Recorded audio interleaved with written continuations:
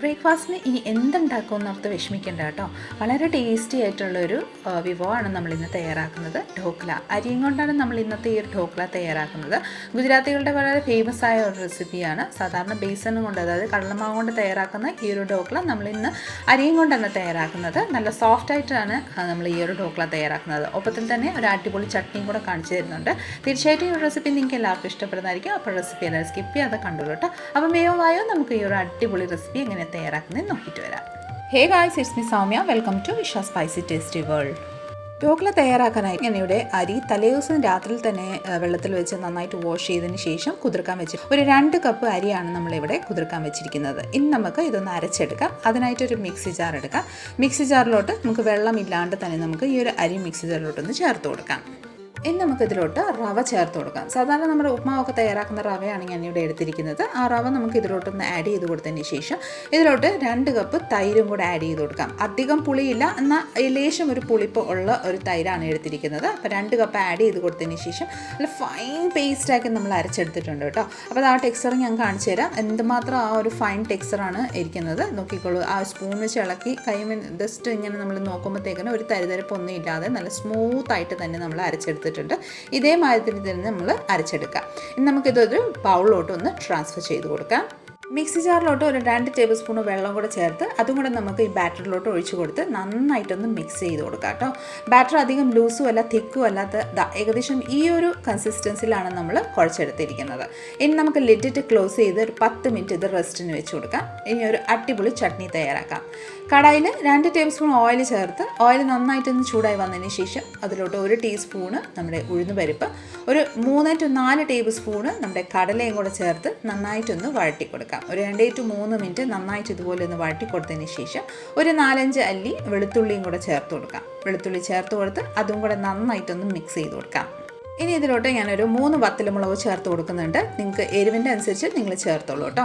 വത്തലുമുളക് ചേർത്ത് നന്നായിട്ടൊന്ന് മിക്സ് ചെയ്തതിന് ശേഷം നമുക്കിതിലോട്ട് ഒരു 2 മീഡിയം സൈസ് സവോള റഫ്ലി ചോപ്പ് ചെയ്ത്, അതായത് ജസ്റ്റ് ഒന്ന് അധികം കട്ടി അധികം കനം കുറഞ്ഞല്ലാതെ ജസ്റ്റ് സാധാരണ രീതിയിലൊന്ന് ചോപ്പ് ചെയ്ത് അതും കൂടെ ആഡ് ചെയ്ത് അത് ജസ്റ്റ് ഒരു 2 to 3 മിനിറ്റ് ഒന്ന് വഴറ്റിയെടുക്കാം.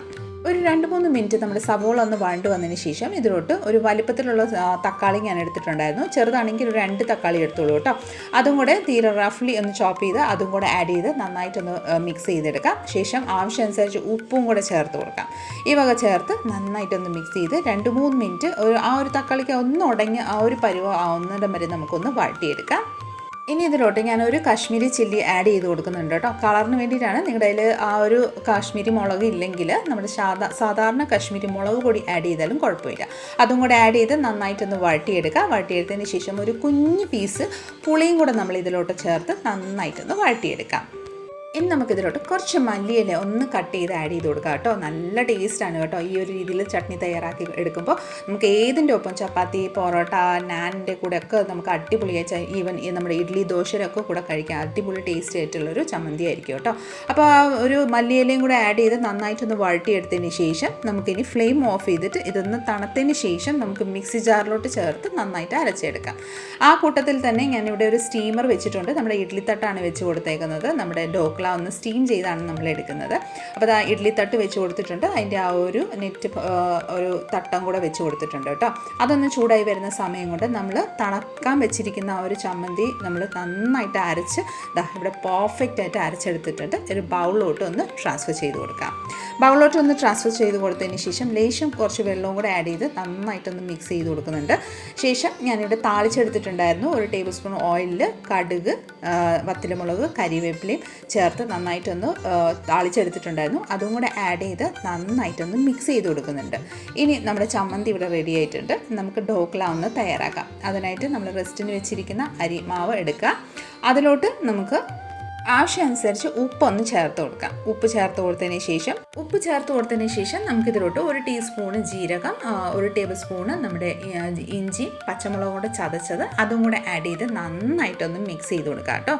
നന്നായിട്ട് ഇതുപോലെ ഒന്ന് മിക്സ് ചെയ്തതിന് ശേഷം ഒരു 3 to 4 ടേബിൾ സ്പൂണ് നമ്മുടെ ഓയിൽ ചേർത്ത് കൊടുക്കാം. ഓയിൽ ചേർക്കാൻ താല്പര്യം ഇല്ലെങ്കിൽ സ്കിപ്പ് ചെയ്തോളൂ കേട്ടോ.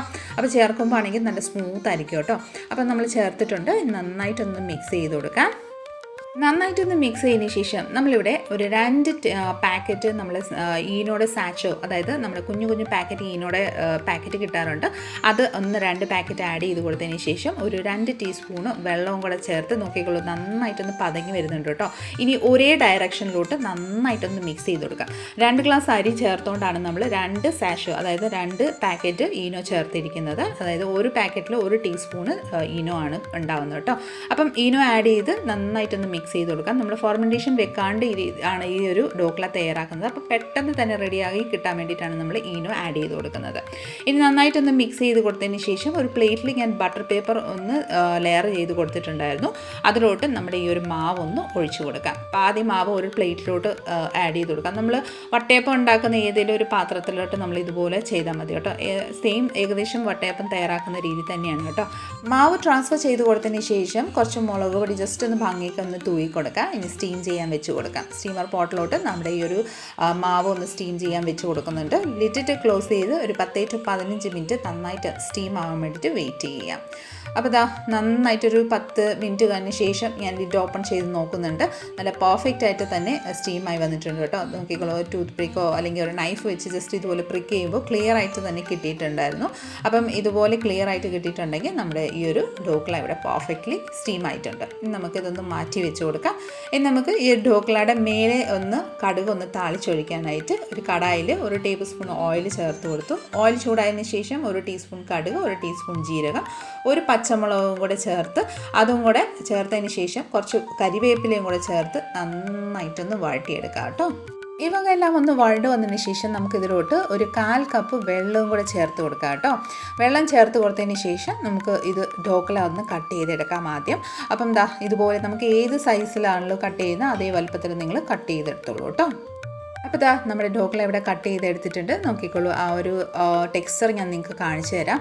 വളരെ സോഫ്റ്റായിട്ടും നല്ല നെറ്റ് പോലെ നല്ല ലെയർ, എന്താ പറയുക, നമ്മുടെ സ്പഞ്ചി ആയിട്ട് നമുക്ക് കേക്കൊക്കെ തയ്യാറാക്കുമ്പോൾ അല്ലെങ്കിൽ നമ്മുടെ വട്ടയപ്പൊക്കെ തയ്യാറാക്കുമ്പോൾ കാണുന്ന അതേ സെയിം രീതിയിൽ നല്ല സോഫ്റ്റായിട്ട് നല്ല വായിലിട്ട് അലിഞ്ഞു പോകുന്ന മാതിരി തന്നെയാണ് നമ്മൾക്ക് അതായത് സ്റ്റീമായി കിട്ടിയിരിക്കുന്നത് കേട്ടോ. വളരെ ടേസ്റ്റിയാണ് കേട്ടോ. അപ്പോൾ ഇതാ നോക്കിക്കോളൂ ആ ഒരു ടെക്സ്ചർ. ഇനി നമുക്ക് ഈ ഒരു ഡോക്ല നമുക്ക് എല്ലാ പീസസ് നമുക്ക് ഒരു പാത്രത്തിലോട്ട് ഒന്ന് ട്രാൻസ്ഫർ ചെയ്ത് കൊടുക്കാം. പാത്രത്തിലോട്ട് ഇതുപോലെ ഒന്ന് ട്രാൻസ്ഫർ ചെയ്ത് കൊടുത്തതിന് ശേഷം നമ്മൾ കുറച്ചും കൂടി താളിച്ച് വെച്ചിരിക്കുന്ന വെള്ളവും കൂടെ ചേർത്ത് വെച്ചിരിക്കുന്ന ആ ഒരു മിശ്രിതം നമുക്ക് ഇതിൻ്റെ മേലെ കൂടെ നന്നായിട്ടൊന്ന് സ്പ്രെഡ് ചെയ്ത് കൊടുക്കാം. അപ്പോൾ ഇതാ ഏകദേശം ഈ ഒരു കടുകും എല്ലാം താളിച്ച് ആഡ് ചെയ്ത് കൊടുത്തതിന് ശേഷം നമുക്ക് ജസ്റ്റ് ഒന്ന് ഇതുപോലെ ഒന്ന് ഷേക്ക് ചെയ്ത് കൊടുക്കാം. എല്ലാ ഭാഗത്തും ആ കടുകിൻ്റെ മിശ്രിതം ഒന്ന് മിക്സായി കിട്ടാനാണ് നമ്മൾ ഇതുപോലെ ഒന്ന് ചെയ്ത് കൊടുക്കുന്നത്. നന്നായിട്ട് ഇതുപോലെ ഒന്ന് മിക്സ് ചെയ്ത് കൊടുത്തതിന് ശേഷം അടിപൊളി സൂപ്പർ ടേസ്റ്റി ആയിട്ടുള്ള ഒരു ധോക്ല നമുക്കൊരു സർവിങ് ബൗളിലോട്ട് സർവ് ചെയ്ത് കൊടുക്കാം. നമുക്ക് കാണുമ്പം ഒത്തിരി സമയം എടുക്കുമെന്ന് തോന്നും, പക്ഷെ ഉണ്ടാക്കി കഴിഞ്ഞാൽ വളരെ ടേസ്റ്റിയാണ്, സിമ്പിളുമാണ് കേട്ടോ. ഒരു തവണ തയ്യാറാക്കി കഴിഞ്ഞാൽ നമുക്ക് വീണ്ടും വീണ്ടും കഴിക്കാൻ തോന്നും. അപ്പോൾ ഇതാ ഒരു പ്ലേറ്റിലോട്ട് സർവ് ചെയ്ത് കൊടുത്തതിന് ശേഷം നമ്മുടെ അടിപൊളി ചട്നിയും കൂടെ നമ്മൾ സർവ് ചെയ്ത് കൊടുക്കുന്നുണ്ട്. സൂപ്പർ കോമ്പിനേഷനാണ് ഈ ഒരു ഡോക്ല ഈ ഒരു ചട്നിയുടെ കൂടെ. ഒന്ന് തയ്യാറാക്കി നോക്കും, നിങ്ങൾക്ക് എല്ലാവർക്കും ഇഷ്ടപ്പെടുന്നതായിരിക്കും. വളരെ സിമ്പിളും നല്ല ഹെൽത്തി ആയിട്ടുള്ള ഒരു റെസിപ്പിയാണ്. എല്ലാവരും ഒന്ന് ട്രൈ ചെയ്ത് നോക്കൂ, നിങ്ങൾക്ക് എല്ലാവർക്കും ഇഷ്ടപ്പെടുന്നതായിരിക്കും. സോ ഗൈസ്, നമ്മുടെ ഇന്നത്തെ റെസിപ്പി നിങ്ങൾക്ക് എല്ലാവർക്കും ഇഷ്ടമായിട്ടുണ്ടെങ്കിൽ ഒന്ന് ലൈക്ക്, ഷെയർ, ഫോളോ, സബ്സ്ക്രൈബും കൂടെ ചെയ്ത് നമ്മൾ മാക്സിമം ഒന്ന് സപ്പോർട്ട് ചെയ്തേക്കണേ. അടുത്ത നല്ലൊരു റെസിപ്പിയും കൊണ്ട് വരുന്നിടം വരെ എല്ലാവരും stay tuned, be happy and keep smiling. Thank you for watching and by.